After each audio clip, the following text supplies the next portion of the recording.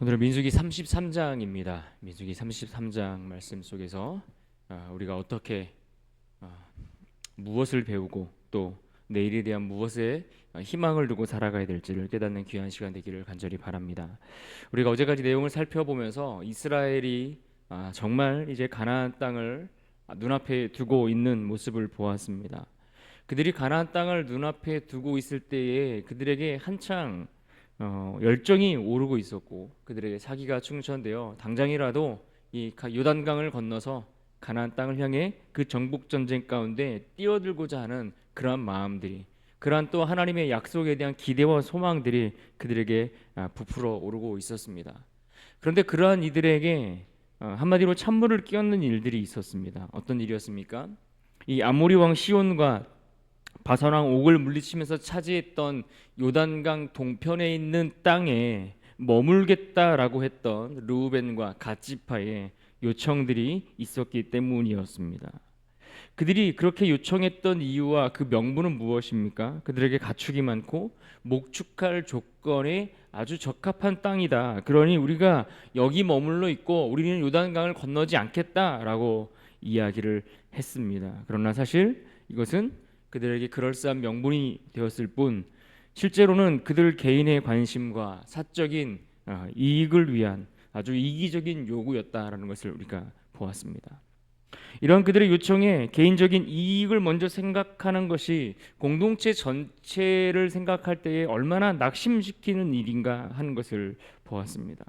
그래서 하나님께서 그들에게 무엇보다 개인적인 어떤 이익이나 개인적인 관심사나 개인적인 취향이나 이런 것들보다 하나님의 공동체, 그 공동체가 함께 감당해 나가야 될 그 사명에 집중하는 것, 그래서 그 사명을 감당하지 못하도록 행동하는 것은 어리석은 것이다라고 모세를 통해서 크게 책망하시는 모습을 볼 수가 있었습니다. 결국 모세의 이 책망을 통해 그들은 돌이키고 그들은 다시 마음을 가다듬어 공동체를 위한 사명을 감당하는 그 전쟁에 참여할 것을 그들이 결단한 것을 볼 수가 있었습니다. 그리고 이제 이어지는 오늘 본문 33장과 또 내일 살펴보게 될 34장에 이어지는 내용들은 그렇게 그들에게 주어진 사명과 함께 그들이 결국에는 승리를 향하여 하나님께서 이스라엘 백성들을 이끌어 가시는데 그들을 어떻게 지금까지 인도하셨는가, 그리고 그들이 결국에는 앞으로 어떻게 나아갈 것이기에 그것을 기대하고 또 소망할 수 있을 것인가에 대한 이야기들을 우리에게 들려주고 있습니다. 400년을 종살이하던 애굽을 떠났습니다. 그리고 그들은 요단강 동편 모압 땅까지 오기까지 40년이라는 시간이 흘러왔습니다. 한 세대는 광야에서 다 죽고 새로운 세대가 일어나 그들이 지금 가나안 진입을 눈앞에 두고 대기하고 있는 상황에 있는 것을 봅니다. 모세는 지금까지 있었던 애굽에서 모압까지의 여정들을 되돌아보는데 그 일들, 그 시간, 그 세월, 얼마나 많은 일들이, 또 얼마나 많은 사건들이, 또 그 가운데 얼마나 많은 고통과 괴로움들이 있었겠습니까? 물론 여정은 힘들고 참 쉽지 않은 시간들이었던 것은 분명하지만, 그러나 더 분명하고 확실한 것은 하나님의 전능하심의 그 인도함을 그들이 받고 있었기에 그들이 걸어왔던 그 길이야말로 최선의 행진이었다라고 볼 수 있는 것입니다.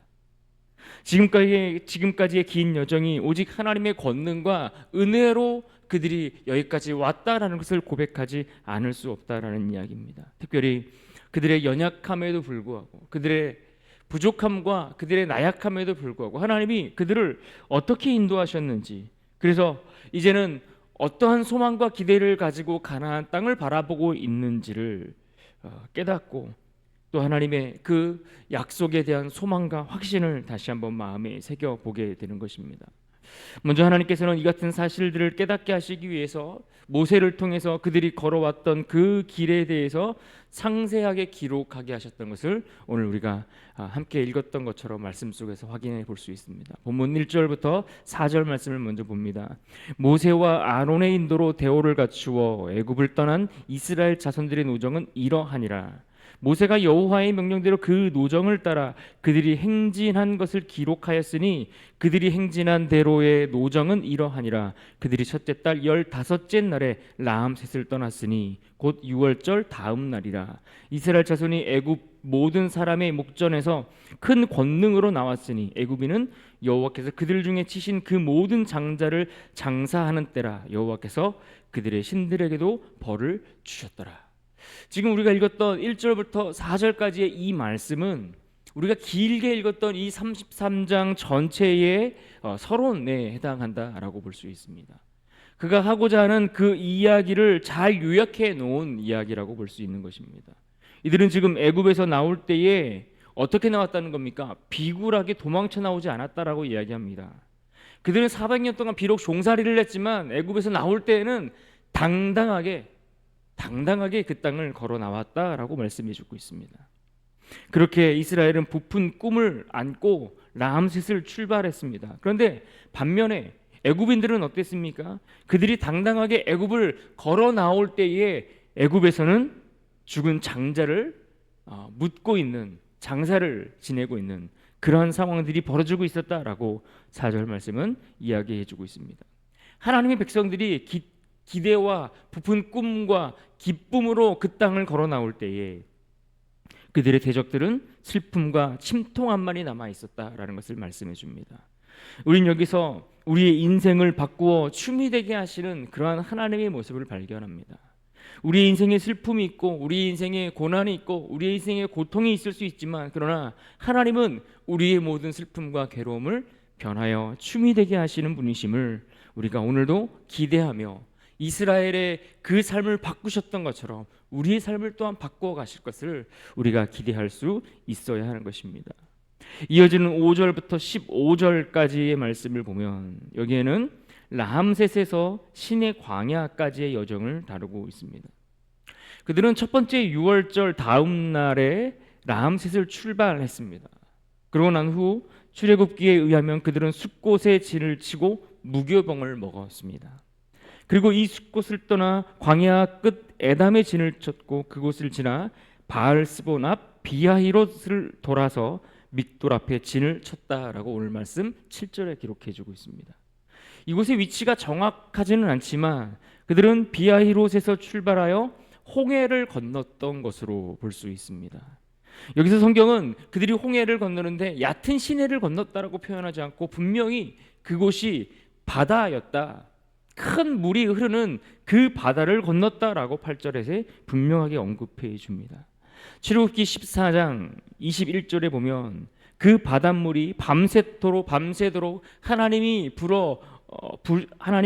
불러오신 큰 동풍으로 인하여 물이 갈라지고 바다가 마른 땅과 같이 바뀌었다라고 말합니다. 그래서 여기서 말하는 마른 땅은 말 그대로 물기가 없는 건조한 땅입니다. 바다를 마른 땅과 같이 바꾸시고 그 마른 땅을 건너갔다는 겁니다. 그런데 그 대적들은 어떻게 됐습니까? 그 마른 땅이 다시 바다가 되어 그곳에서 죽음을 맞게 되었습니다. 여기서 보게 되는 6월절 사건과 이 홍해 사건, 이 사건은 이스라엘을 구원하시는 하나님의 능력을 분명하게 보여주는 사건이었습니다. 더 나아가 우리에게도 동일한 은혜를 베풀어 주시는 그 하나님을 보도록 우리에게 초청하고 있는 겁니다. 그리고 그 하나님께 대하여 우리를 어떠한 능력으로 우리를 이끄시고 우리를 구원하시는지 그 하나님에 대한 감사의 마음을 잊지 말라고 우리에게 당부하고 있는 것입니다. 그런데 여러분 어떻습니까? 이스라엘 백성들의 모습을 보십시오. 그들이 이 홍해를 건넜던 기적과 같은 그 놀라운 구원을 경험했음에도 불구하고 그 감격과 또 거기에 대한 그 감사가 얼마나 오래 갑니까? 그들에게 있어서 이 감사라는 단어가 3일 만에 사라집니다. 감사는 사라지고 오직 그들에게 남은 것은 불평뿐이었습니다. 수르광야에 와서 물을 얻지 못하고 또 마라의 물이 써서 마시지 못하게 되었을 때에 그들은 구원의 기쁨을 잊어버리고 그 구원의 감격은 온데간데 없이 다 사라져버리고 오직 그들의 입에는 하나님을 향한 원망과 불평만 쏟아놓기 시작했던 것을 우리는 봅니다. 그렇다고 여러분, 광야에서 이스라엘 백성들이 늘 험악하고 늘 열악한 환경에만 방치되어 있었습니까? 꼭 그런 것은 아니었습니다. 왜냐하면 하나님이 그들을 먹이시고 입히셨기 때문입니다. 그들이 신광야에 이르렀을 때 하나님은 만나와 메추라기로 그들을 먹이셨고, 그들의 삶에 대해서 성경이 기록하기를 그들의 신이 해지지 않을 정도로 하나님은 그들을 인도하셨다라고 말씀해 주고 있습니다. 그런데 그들은 애굽을 떠나 한 달이 채 되지 않아 불평만 온통 남아 있었습니다. 성경은 그들 중에 섞여 사는 무리 때문이다라고 말씀해 주는데, 여하튼 그들에게는 구원의 기쁨도 받은 은혜의 감격도 때를 따라 먹이고 입히시는 하나님에 대한 그 손길에 대한 감사가 남아있지 않는 것을 우리는 보게 됩니다. 그런데 참 안타까운 것은 그들의 모습을 보면 그들의 모습이 우리가 살아가는 이 땅에서의 일상과 많이 닮았다라는 이야기입니다. 감격과 감사, 하나님의 구원의 은총에 대한 그 기쁨들, 이런 것들은 너무나 쉽게 우리에게 잘 잊혀지고, 우리에게 남는 것은 이런저런 이유로 찾아오는 불평과 원망, 이것들이 우리의 삶에 더 깊게 남겨지는 것 같습니다. 이스라엘이 보여준 광야에서의 삶을 불평이라는 단어로 정의한다면, 과연 오늘 살아가는 우리의 삶의 단어는 무엇으로 정의할 수 있을까요? 오늘 르비딤에 도착했을 때에 이스라엘 백성들은 여전히 물이 없으므로 불평했다고 성경은 말씀합니다. 물이 없어 다투었다 하여 이것을 마사 무리바라고 표현하는 것을 봅니다. 불평이 끝나지 않았다는 겁니다. 그럼에도 불구하고 출애굽기 17장에 따르면 이곳에서 그들은 아말렉에게 공격을 받게 되는데, 이때 모세가 하나님 앞에 두 손을 들고 기도하였을 때에 말도 안 되는 승리와 놀라운 감격, 여호와 니시, 승리의 깃발이 되시는 그 하나님을 경험하게 해주셨던 것을 우리는 기억합니다. 여러분, 이것이 얼마나 놀라운 일입니까? 불평을 그칠 줄 모르는 이스라엘 백성들에게 하나님은 승리를 경험하게 하셨다는 겁니다. 원망이 끊이지 않는데 하나님이 때때로 그들에게 은혜를 베푸셔서 그럼에도 불구하고 승리를 얻는 기쁨을 허락하시더라는 것입니다. 여러분, 그들은 그러한 은혜를 경험하면서 그들은 그러한 은혜 중에 시내산에 도착하는 것입니다. 외적인 위기를 극복하게 하셨고 다시 행진을 위한 재정비의 시간을 하나님이 허락해 주시는 겁니다. 다시 출발할 수 있도록 은혜의 시간들을 허락해 주시는 겁니다. 우리가 우리의 연약함으로, 우리의 불평으로, 우리의 원망으로, 우리의 불신앙으로 주저앉아 있는데 하나님이 다시 일어설 수 있는 재정비의 시간을 허락해 주시고 쉼의 시간들을 우리에게 주신다라는 이야기 아니겠습니까? 이어지는 본문 16절로 36절까지 이어지는 말씀들은 신의 광야에서 가데스까지의 이야기를 다루고 있습니다. 여기서 어떤 일들이 있었습니까? 시내산에서 십계명을 비롯한 각종 율법들을 하나님이 그들에게 허락하시고 그들과의 언약을 체결하시면서 제사의 규례 등 이러한 것들을 통해 하나님의 백성들로서 이제는 그들이 하나님을 어떻게 섬길 수 있는지, 하나님을 섬기는 방법들에 대한 이야기를 가르쳐 주셨습니다. 그렇게 그들은 시내의 산에 머물면서 거룩한 백성으로서의 삶을 준비하고 다시 한번 광야로 그들이 출발하기 위한 철저한 준비를 갖추고 출발하게 됩니다. 다시 한번 광야로 첫 발을 내딛게 됩니다. 그런데 우리가 요즘 보고 있는 이 민수기서를 통해서 발견하는 것은 무엇입니까? 그들은 그렇게 준비하고 출발했지만 그들의 내용들을 보면 여전히 출발과 함께 처절한 실패를 경험하고 있더라는 겁니다. 멈출 줄 모르는 불평, 멈출 줄 모르는 탐욕, 원망. 결국 그들은 광야에서 40년이라는 긴 세월을 방황할 수밖에 없게 되는 겁니다. 오늘 또 본문 37절로 49절까지의 내용은 어떤 내용입니까? 가데스에서 모압 평지까지의 여정입니다. 그런데 사실 광야에서 보냈던 38년 동안의 그 긴 시간, 대부분의 시간들에 대해서는 사실 성경에 거의 기록이 남아있지 않다라는 것을 우리는 보게 됩니다. 다만 성경이 강조해주고 있는 것은 그들이 이러한 긴 여정들을 통해 40년이라는 시간이 지났음에도 불구하고 그들의 연약함과 불평에도 불구하고 때때로는 하나님의 심판으로 그들이 벌을 받기도 하지만 여전히 광야에서 완전히 멸망하지 않고 모압 평지 앞에 서서 이제는 약속의 땅을 바라보고 있는 그런 신기한 일들이 벌어지고 있다는 것을 강조해 주고 있는 겁니다. 그들이 신실하지 못함에도 불구하고 하나님의 약속을 지키시는 신실하심을 우리에게 보여주는 겁니다.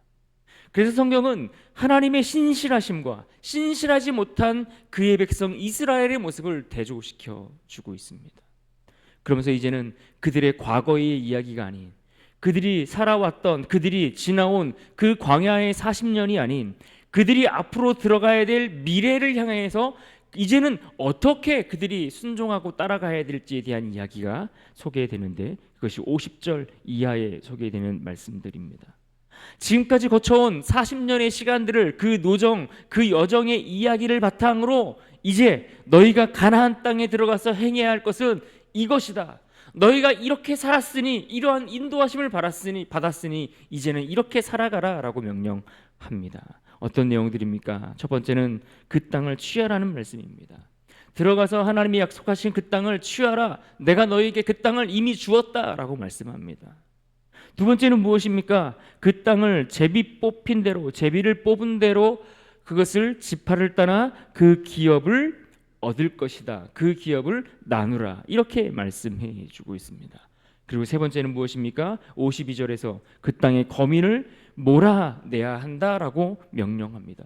그런데 그 땅의 거민을 몰아내야 되는데, 그들이 그 땅의 거민들을 완전히 몰아내지 않으면 그들이 어떤 어려움을 겪게 될 것인지에 대한 경고의 말씀을 함께 55절, 56절에 소개해 줍니다. 그리고 마지막으로 그들에게 또 한 가지를 명령하시는데, 그 땅에 들어갔을 때에 그 땅의 모든 우상을 깨트릴 것을 명령하셨습니다. 그런데 실제로 이스라엘은 어땠습니까? 이 명령을 잘 지켜 순종하여 행하였습니까? 그러지 못했습니다. 오늘 본문에는 그 내용이 잘 나오지는 않지만, 그러나 그들의 역사를 통해서 확인할 수 있듯 그들은 이 명령을 제대로 지키지 못했습니다. 그리고 그 말씀의 경고처럼 훗날 이스라엘은 그들이 순종하지 못함으로 인하여 그것이 그들의 올무가 되고, 그것이 그들의 옆구리에 가시가 되어 그들을 찌르고 그들을 큰 고통 가운데 머물게 했고, 그래서 그들이 아수르라는 나라를 통해 혹은 바벨론을 통해 망하여 포로로 끌려가는 수모를 겪게 되고, 그렇게 하나님의 약속을 떠난 결과가 무엇인지 그들의 삶을 통해 철저히 경험하게 됩니다. 오늘 우리는 이 시점에서 우리의 모습을 점검해 봅니다. 우리는 순종의 길을 걷고 있습니까? 정말 하나님께서 우리에게 우리의 미래를 위해, 우리의 내일을 위해, 우리가 살아갈 그 날들을 위해 오늘 우리가 지켜야 할 그 말씀에 대해서 우리가 순종하며 지키고 살아가고 있는가 하는 겁니다. 하나님이 기대하시는 것은 이 땅의 문화와 가치를 따라가는 것이 아닙니다. 이 세상 사람들이 말하는 그 가치와 기준들, 그것을 나의 기준으로 삼고 살아가는 것이 아니라 그것에 대해서 분명하게 그것을 거부하고 오직 하나님만을 나의 기업으로 삼고 붙들고 살아가는 삶, 이것을 우리에게 기대하고 명령하시고 요구하시는 것입니다. 이스라엘이 걸어왔던 그 길은 오늘 우리가 우리의 내일을 위해 우리가 반드시 지켜봐야 할 반면 교사가 되는 것입니다. 그들이 걸어왔던 광야의 길은 우리가 어떻게 미래를 승리할 것인지를 보게 하는 아주 중요한 교훈과 가르침을 주고 있는 반면 교사가 된다는 이야기입니다.